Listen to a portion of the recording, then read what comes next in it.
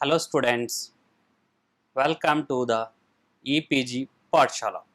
I am Dr. Lakshmana Naik, working as scientist at Dairy Chemistry Division, ICR, National Dairy Research Institute, Karnal, Haryana. Today we are going to discuss about roasting and smoking of foods under the paper Principle of Food Processing and Preservation. You might be surprised that the most of the food we eat are processed, and these days various processing techniques are in practice, and the primary objective of any food processing is to produce a safe and palatable food. So let us discuss about some of the thermal processing aspects in this topic. So that is roasting and smoking of food.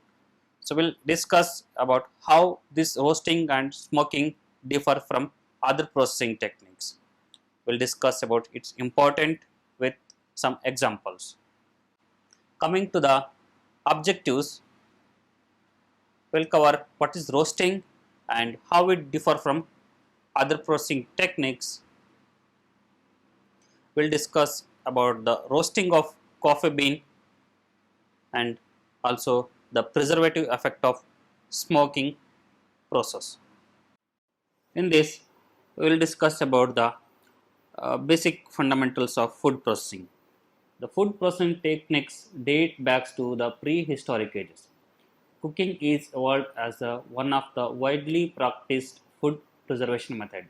It is a type of heating process in which the primary objective is to produce a more palatable food. During cooking, heat is transferred to the food either by conduction, convection, radiation, or by the energy of microwave electronic heat. In general, cooking takes place either by moist or dry heat. In the moist heating, water or steam are used, while air or fat are mostly commonly used in the dry heating system. The word cooking is a broad term embodying at least 6 forms of heating, which includes baking, broiling, boiling, roasting, frying, and stewing. The method of applying heat energy and the duration of heating differs somewhat for each of these processes. Baking, broiling, and roasting usually require dry heat at a relatively high temperature, generally more than 100 degrees Celsius, while boiling or stewing, these are done by placing the product in a boiling water, or frying, which involves cooking in oil, and the temperature in this case reaches more than 100 degrees Celsius. It may go to 200 degrees Celsius also.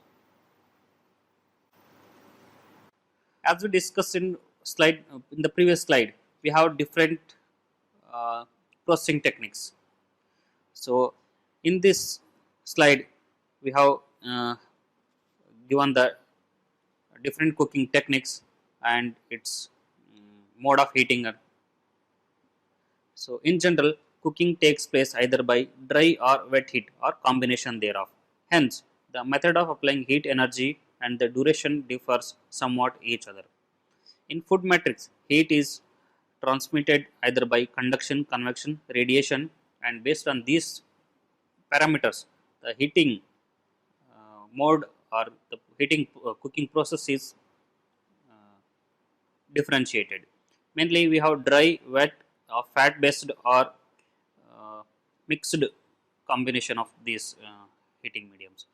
And the cooking techniques are, in case of dry heating, these are mediated by conduction, convection, radiation.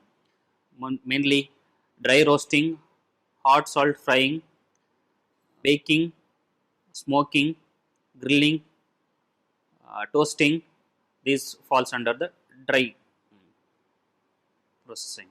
Under the wet processing means wet heating, blanching, boiling, decoction, parboiling, podding, infusion, simmering, steeping, and stewing. These falls under the wet type of heat processing. We have another type of processing, the fat based. In this method, the fat or oils are used to process as a heating medium to process it. So here we have high heat and low heat, different categories. Under the high heat, deep frying, pan frying, and shallow frying falls. And under the low heat category, sweating and gentle frying are the two types of cooking methods. When it comes to the mixed type of cooking, barbecuing, stir frying, gridding, and indirect grilling, these are the categories that comes under the heat processing. So, and apart from this heat processing, we have non-heat process cooking processing types, mainly the curing, fermentation, pickling, and souring. These are not industrially widely practiced, but uh, these are household method of food processing. Let us discuss what is roasting. Until the late 19th century, roasting by dry heat in an oven was called as baking, and it is one of the oldest form of cooking known. Roasting was originally meant turning meat or bird in a spit in front of a fire. Traditionally, it is recognized as a roasting method. It consists only of baking and cooking over a near open fire. Grilling is normally not a technology of a roast, but since a grill or gridding is used, barbecuing and smoking differs from roasting because of the lower temperature and controlled smoke application. So, roasting is generally defined as a dry heat treatment of food with the intention to generate a roast aroma compound, to develop a color, that deep color, and to often to create a crispy texture. This intentional product alters the explicit difference between the roasting and simple drying. Roasting can enhance the flavor through caramelization, Maillard browning on the surface of the food, and roasting is a cooking method that uses indirect diffused heat, as in case of oven, or it may be a dry type of heat, whether in an open flame or oven. Roasting is applied to a number of foodstuff. In general, any type of food products that has been cooked in above said fashion is called as a roasted food. Let us discuss about mechanism of roasting. Roasting can be used to cook a variety of foodstuff such as beans, nuts, oil seeds, cereal grains, pulses, and most of the roots, bulb vegetables, poultry, meat, fish, and seafood.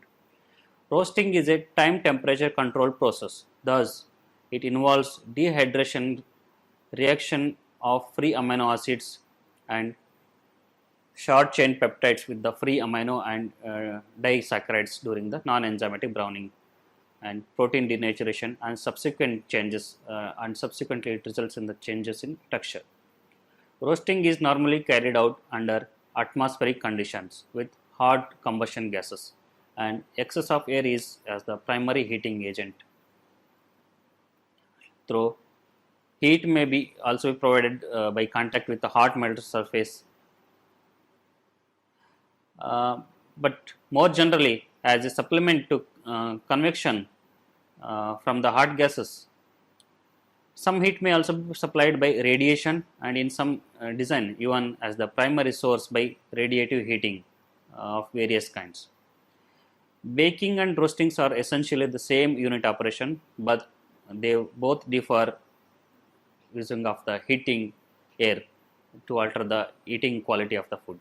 The terminology differ in common usage. Baking is usually applied to flour-based food or fruits, whereas the roasting is referred to as beans, coffee, oil seeds, and meats and vegetables.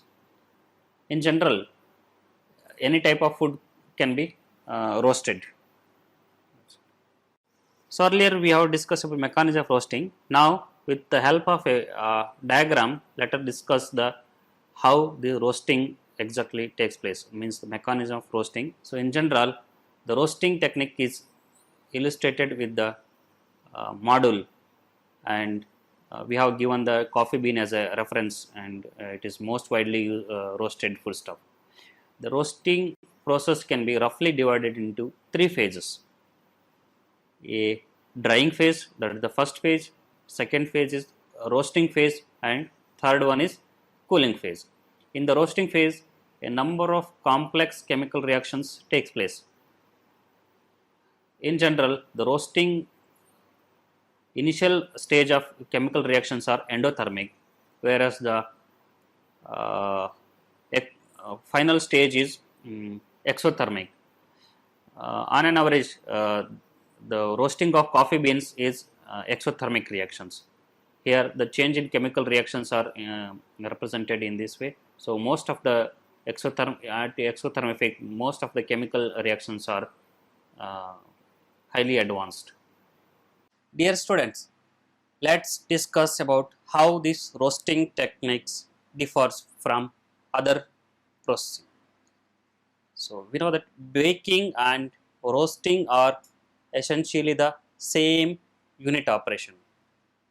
This baking and roasting uses hot air as a heating medium, but the terminology differs in common usage. Baking is usually applied for the flour based foods or fruits, whereas the roasting, it refers to meat and meat products, nuts, beans, grains, and vegetables. The important preservative changes are mainly the destruction of microorganisms, almost all microorganisms, and inactivation of undesirable enzymes. Apart from this, reduction of potentially hazardous toxins, these are naturally present in the food system or which are gained in the food system by contamination, and then it results in the development of typical color, taste, flavor, and texture.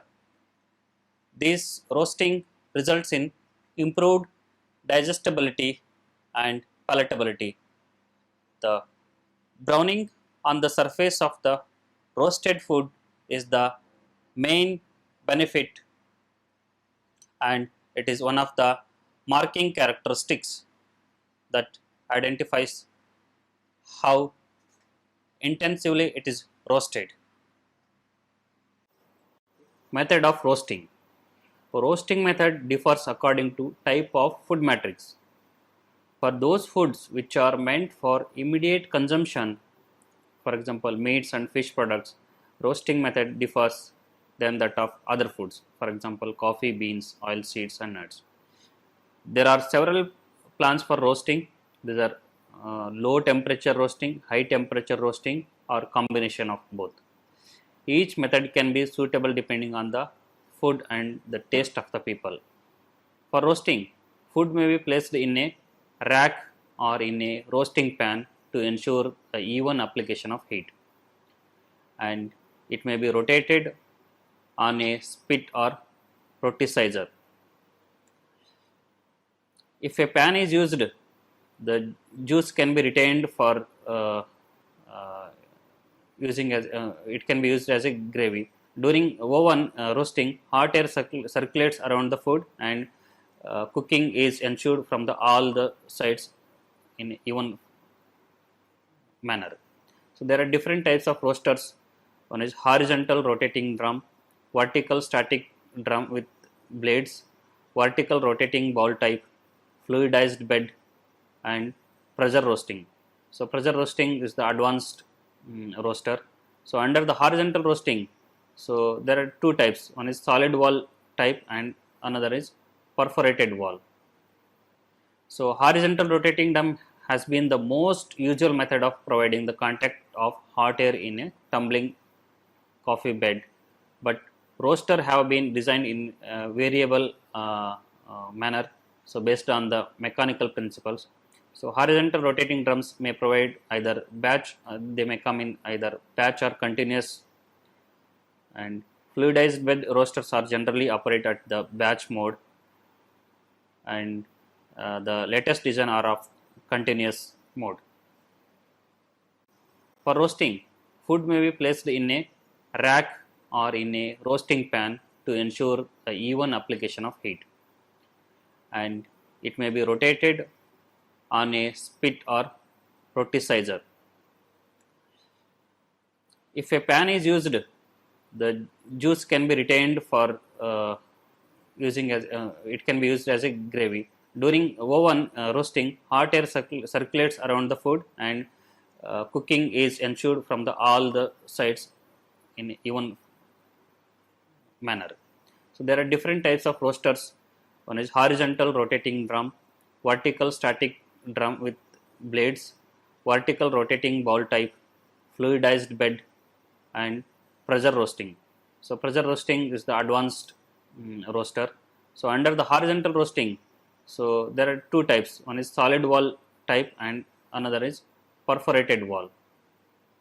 So horizontal rotating drum has been the most usual method of providing the contact of hot air in a tumbling coffee bed, but roaster have been designed in variable manner, so based on the mechanical principles. So horizontal rotating drums may provide either batch, they may come in either batch or continuous, and fluidized bed roasters are generally operate at the batch mode, and the latest design are of continuous mode. Let us discuss physicochemical changes which are occur in roasted foodstuff. Two important preservative changes occur in roasted food are destruction or reduction of microorganisms and inactivation of undesirable enzymes. Other desirable changes that occur during roasting are destruction of potentially hazardous toxins present, which are naturally present or produced by the microorganisms, and then alteration of color, flavor, and texture, and finally improves the palatability of the food components. There are few undesirable changes may also occur, such as degradation of nutritive components and sensory attributes. Essential amino acids loss may be recorded in this. During roasting, beans loses the weight generally between 14 to 20%, depending on the initial quality. The process condition and the target of degree of rotation roasting that determines the loss of weight. The major part of this weight loss is due to dehydration, whereas another substantial part, to 5 to 8%, is caused by the loss of dry matter, and it is primarily due to loss of carbon dioxide. The chemical reaction that converts organic matter into gaseous products also result in the formation of considerable amount of water, and this again get lost as a water vapor. Some of the most expensive and complex chemical reactions occur during roasting affects the carbohydrate of the green beans, and these includes Maillard reactions, which is the reaction between the carbohydrate and protein, Strecker degradation, the continuation of this Maillard reaction, and then pyrolysis and caramelization. These results in the aroma, flavor, and color compounds. Roasting leads to protein denaturation and degradation. So some of the free acids, peptides, and proteins with free amino groups reacts with the reducing sugars, form a glycosamine and amino acids, and then forms the amino ketones by condensation. Then amino acids reacts with dicarbonyls during Strecker degradation to form a amino ketones. On roasting, there is a reduction in the amount of citric acid and malic acid and increase of other acids, in particular quinic acid and volatile acids. So the loss of is about proportional to the degree of roast, and it can be reached up to 80% in the darker roast. This is the physicochemical changes which are occurring in the roasting is represented with this help of this diagram. In this, as we see that there is a drastic increase in the volume with increasing the roasting temperature. So let's discuss in detail. So the volume increases is the most obvious macroscopic change of the bean during roasting. Bean expansion occurs progressively but including a popping phase. Popping phase is the main phase where the maximum expansion occurs. It leads to the considerable decrease in the density. So as the moisture evaporates and density decreases. It is not quite clear that this statement whether the term popping phase applies to all this only to the sound accompanying the expansion or phase of instantaneous expansion. Volume increase and density decrease is a function of degree of roast, but also the speed of roasting. When the resulting bean volume is correlated with the final roasting temperature, bean expansion is caused by a very rapid pressure buildup due to rapid formation of water vapor and gas within the bean. A steady and continuous volume increase is positively correlated to weight loss. The extent of darkness is also positively correlated with the degree of roasting. The roasted whole beans are characterized by the roasting process to which they have been subjected, the so-called the degree of roast, which reflects the external color, flavor, the dry matter loss, which are brought about by the changes during the roasting. In simple term, roasted coffee can be described to having the light, medium to dark roast, and the degree of roast plays the major part in determining the flavor and color of the roasted product. Let us discuss roasting of meat and meat products. Tenderness of meat changes during roasting due to the transformation in the connective tissue and myofibrillar proteins. When heated in presence of water, collagen starts dissolving, which results in crushing of meat, while myofibrillar proteins denatures. This causes in meat increases hardness and shrinkages both crosswise and along the muscle fiber and connective tissue. During heat treatment, meat loses 20 to 40% of its initial weight, and it is mainly due to leakage with the increasing temperature. Cooking loss is strongly associated with the fiber shrinkage and thereby its impact on the overall process efficiency and its general consumer acceptance of the product. The proper roasting method and setting of temperature, time, humidity parameters, these are the necessary parameters to maintain the tenderness of the roasted food. Let's discuss the roasting process by taking one example, that's coffee bean roasting. So after harvesting of coffee beans, it is subjected for roasting, and it is one of the most important parameter that brings about the coffee flavor and other properties that are important for the coffee. During roasting process, it increases the economical value of coffee beans by 100 to 300% of the raw material. Roasting of coffee beans typically takes place at 200 to 240 degrees Celsius, and it is subjected for different time, and it depends on the desired characteristics. If you want higher roast, it is subjected for the more temperature and more length of duration, and the quality of roasted coffee is influenced by the design of the roaster and time temperature profile. These days many automatic roasters are available. As the temperature increases about 100 degrees Celsius, the green coffee, that is what is called the fresh coffee pods, undergoes to a moisture loss, and from 8 to 12% of the moisture it reaches to 5%, and then beans starts to begin to turn brown, and the caffeol, the oil which is present in the coffee, which is locked inside the beans, begins to emerge, and this process is called pyrolysis, and it is the one of the heart of roasting. So all these physicochemical changes brings about the roasting of coffee beans, and that uh, results in the appearance of this flavor in the final beans. Now let's discuss smoking. Smoking is one of the oldest method of food preservation, probably having arisen shortly after the development of cooking with fire. Smoking is the process of cooking, flavoring, or preserving the food by exposing it to a smoke which is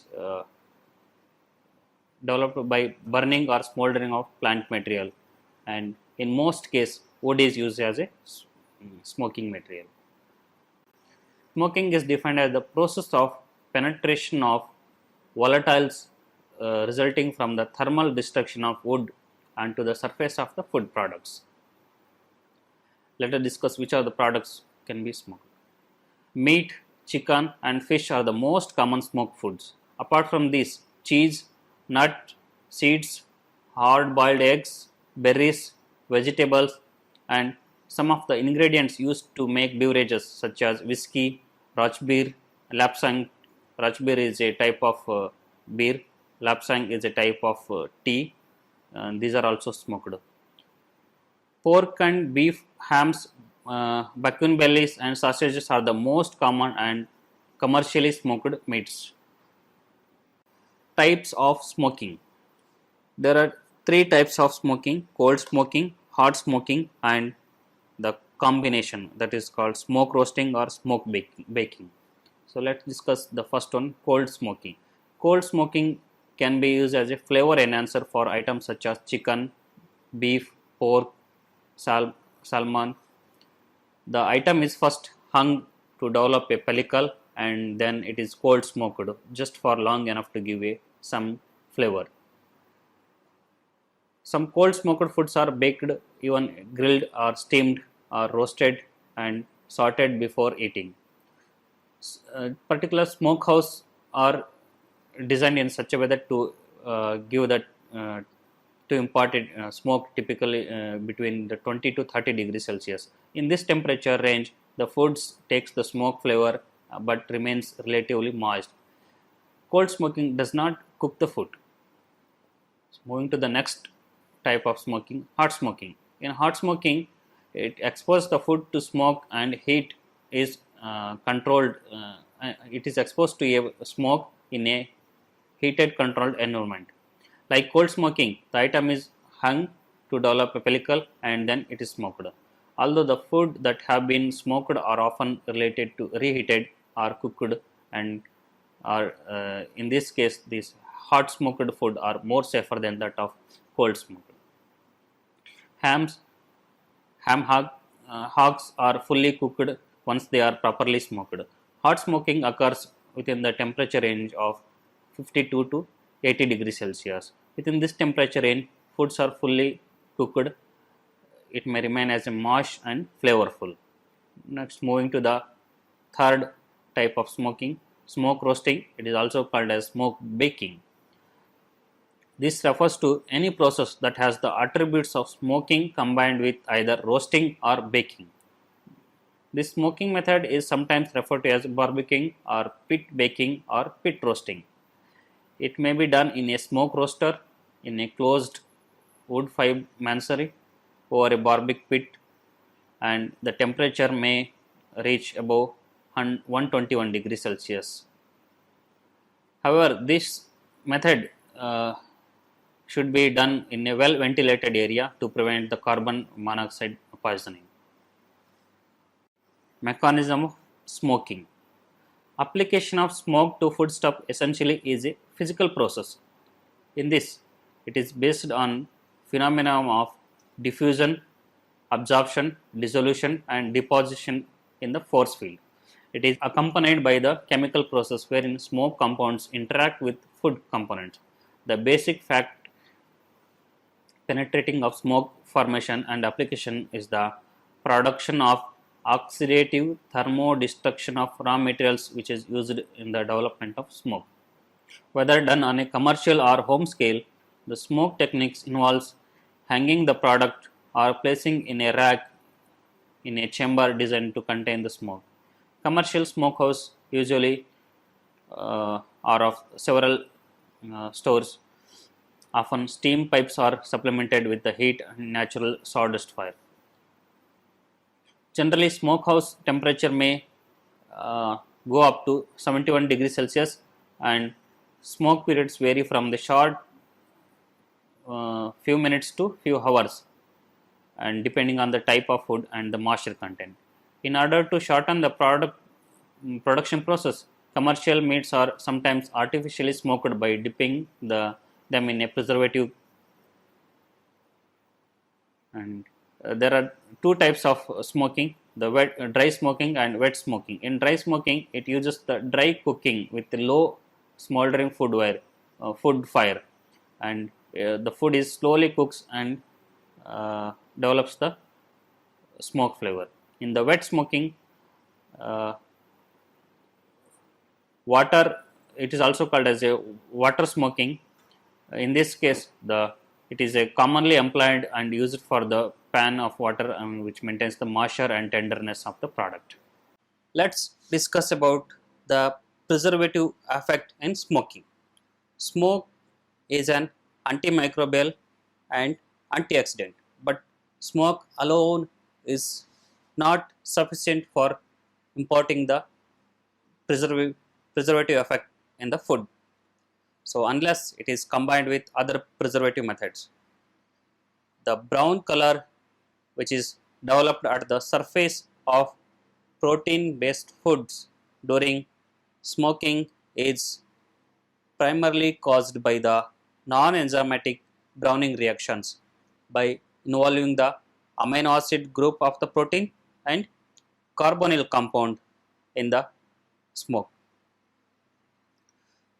Phenol, as one of the smoke components, acts as a antioxidant agent, while other components like organic acid, alcohol, carbonyls, hydrocarbons and nitrogen compound such as nitroxides, all these compounds found in the surface which are possibly penetrate into the smoke food.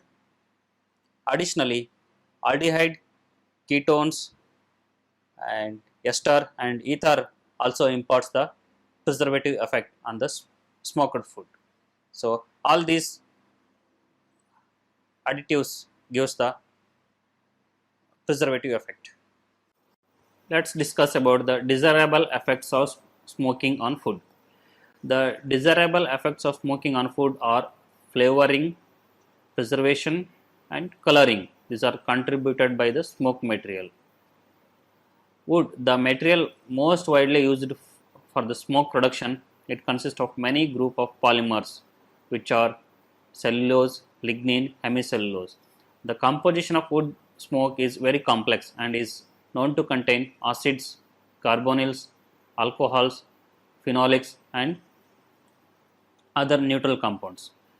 Many of the fat soluble compounds present in wood smokes are absorbed into the food surface during the natural smoking, and presumably the same is true for the water soluble compounds such as acids.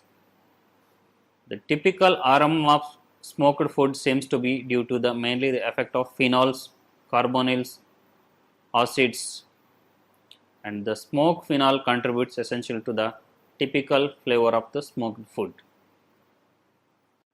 Let's discuss about the undesirable effects of smoking on food. Undesirable effects are mainly the contamination with toxic compounds of smoke and destruction of essential amino acids of the food proteins, which are attributed to the certain class of components of smoke and liquid smoke. Mainly due to the Maillard reaction, essential amino acids may get destroyed, and uh, we don't know the composition of smoke, and some toxic components may get entered to the smoke food, and these are the hazard. They may cause the hazards. The main problem is smoke compounds. They adhere only on the outer surface of the food. Smoke does not actually penetrate far into the food matrix. Other problem is surface dehydration. This often occurs in the food that are subjected to natural vapors of smoking.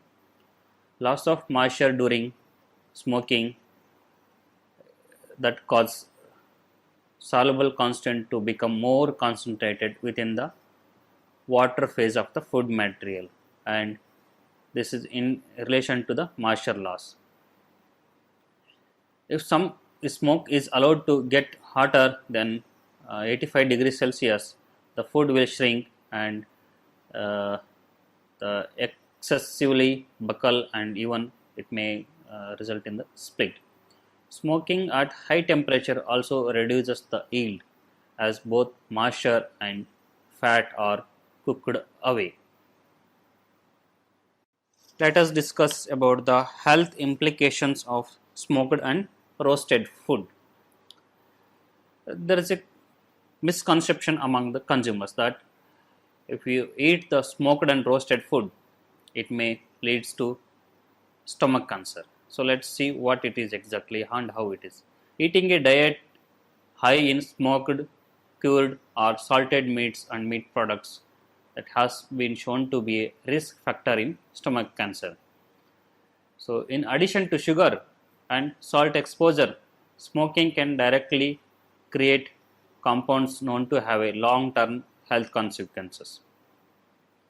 So when we subject any food products to higher temperature, mostly the polycyclic aromatic hydrocarbons, this popularly known as a PAH, this are known to be a carcinogenic, and uh, they may result in the stomach cancer. So it is advised not to have the more salt, more sugar, and more cured, means more roasted food products. So uh, within the limit, one has to go and choose your food habits according to the requirement. In this picture, smoked salmon and cheeses are presented. On the left side, the hot smoked salmon is presented, and in the right side, smoked cheese. So it is very attractive for the consumer that it has developed a brownish, dark brownish color, and it is because of the roasting and smoking, it has gained the crispiness, and the color changes is also imparted by the Maillard reaction, and likewise when is subject for smoking and roasting, this typical type of color and texture changes may be brought about. Finally, let me conclude the topic. Roasting and smoking, this process results in the development of typical color, taste, flavor, texture, and it also improves the palatability of the food. Palatability is the main parameter, sensory attributes. Maillard reaction, Strecker degradation, pyrolysis, caramelization, these chemical reactions alters, and these are responsible for the development of desirable changes in the roasted and smoked food. Coming to the preservative effect, the destruction of microorganisms, reduction of potentially hazardous toxins, and inactivation of enzymes helps to make the roasted and smoked food safe for human consumption. Roasting process increases the economic value. as we discussed in the roasting of coffee bean, it increases the economic value from 100 to 300% of the raw material. And this roasting and smoking has gained much importance, likewise meat and meat products, chicken, fish, and these are the most common smoked and roasted foods. Apart from these coffee beans and meat products, cheese, eggs, berries, vegetables, nuts, these are also be processed using these techniques. So thank you for listening. Thank you very much.